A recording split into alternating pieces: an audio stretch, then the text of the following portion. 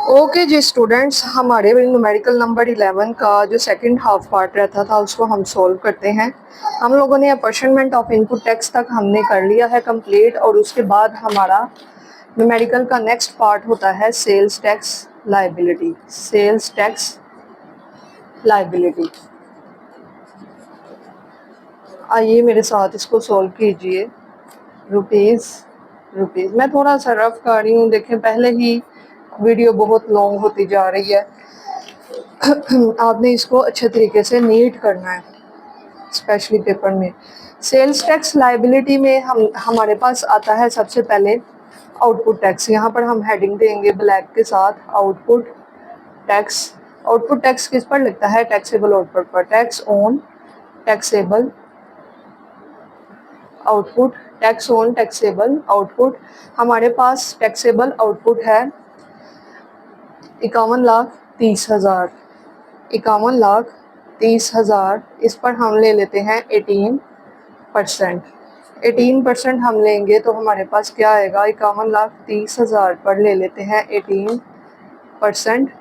हमारे पास वैल्यू आती है 9,23,400।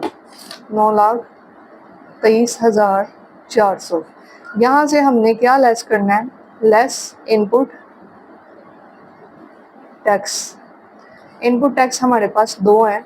जो होता है ना fixed asset, acquisition of fixed asset, उसको हम पहले ये लेस करते हैं, उसके बाद वो लेस करते हैं। जो होता है ना रॉ मटेरियल वाला, वो इसके साथ ही प्लस होकर लेस होता है। ₹142,462 प्लस रुपीज़, ये क्या था हमारा? 58,076, यही था। इसको देख लेते हैं, 58,076 यही है। ठीक है जी, 58,076, इन दोनों को कर लेते हैं ऐड। 142,462 प्लस 58,076, दोनों को ऐड किया तो हमारे पास आएगा 200,538। यहाँ पर लिख देंगे ₹200,538। चूँकि ये रजिस्टर्ड मैन्युफैक्चरर भी है तो यहाँ पर हम लगाएंगे सेक्शन 8B वन वाला रूल, 90% ऑफ आउटपुट टैक्स। पूरी अमाउंट लिखेंगे ₹200,538। यहाँ फिर आउटपुट टैक्स हमारे पास आया है 923,400, इसका हमने ले लेना है 90%। 9,23,400 का हमने ले लेना है 90%। हमारे पास आता है 831,060। 831,060, यहाँ पर लगा देंगे 831,060। या फिर हमारे पास हमारा इनपुट टैक्स कितना था? 200,538। 200,538, विच एवर इज लेस।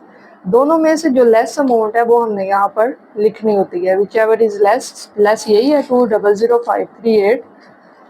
इसको हम यहाँ से कर देंगे लेस। किस में से लेस करेंगे? आउटपुट टैक्स में से।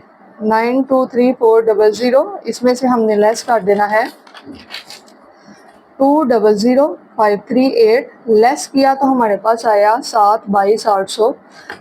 7,22,862। अच्छा, हमारा जो न्यूमेरिकल है ना वो यहाँ पर ऑलमोस्ट कंप्लीट हो जाता है। इसके बाद जो फर्दर फॉर्मेलिटीज़ हैं हमने वही करनी होती हैं।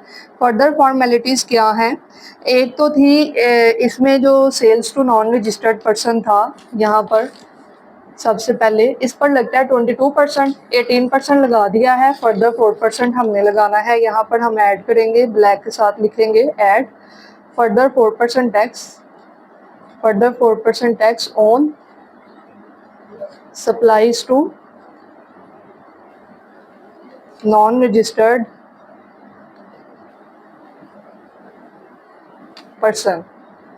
नॉन रजिस्टर्ड पर्सन, अच्छा जो हमारे नॉन रजिस्टर्ड पर्सन है ना, नॉन रजिस्टर्ड, उनकी देखिएगा कितने हैं? 3 लाख। 3 लाख पे हम ले लेते हैं यहाँ पर 4%। 3 लाख पर हम लोग ले लेंगे यहाँ पर 4% ले लेते हैं।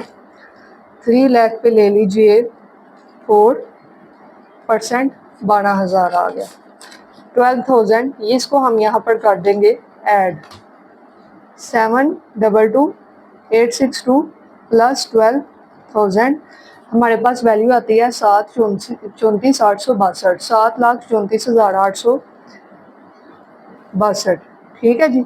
अच्छा, उसके बाद अब हमने क्या करना है, हमारे क्वेश्चन का कौन सा पार्ट है जो रह गया है, क्योंकि ये प्राइवेट लिमिटेड भी था, तो प्राइवेट लिमिटेड पर आपको पता है कि क्या होता है, प्राइवेट लिमिटेड पर 5% विद होल्डिंग टैक्स हम अप्लाई करते हैं, ऐड करेंगे with holding tax at the rate 5% on किस चीज़ पर हम करते होते हैं, परचेज फ्रॉम नॉन रजिस्टर्ड पर।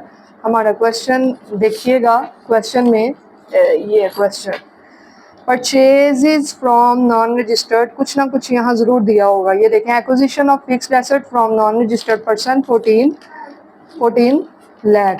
ठीक है, ये जो 14 लाख दिया हुआ है इस पर हमने लेना है 5%। किस तरह से लेना है, ये देखें, ऑन एक्विजिशन जो हमने नॉन रजिस्टर्ड से परचेज किया, एक्विजिशन किया ऑफ फिक्स्ड एसेट जो भी था फ्रॉम नॉन रजिस्टर्ड पर्सन, यहाँ पर इसकी अमाउंट है 14 लाख।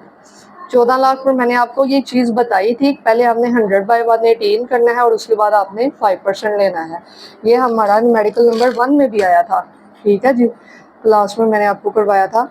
14 लाख का आपने 100/118 और उसके बाद 5/100 करना है, तो आपके पास वैल्यू आ जाती है, क्या वैल्यू आती है, दोबारा से देख लेते हैं, जल्दी में गलत हो सकता है। 14 लाख का 100 डिवाइडेड बाय 118 और इस पर लेना है हमने 5%, तो हमारे पास वैल्यू आती है 59322।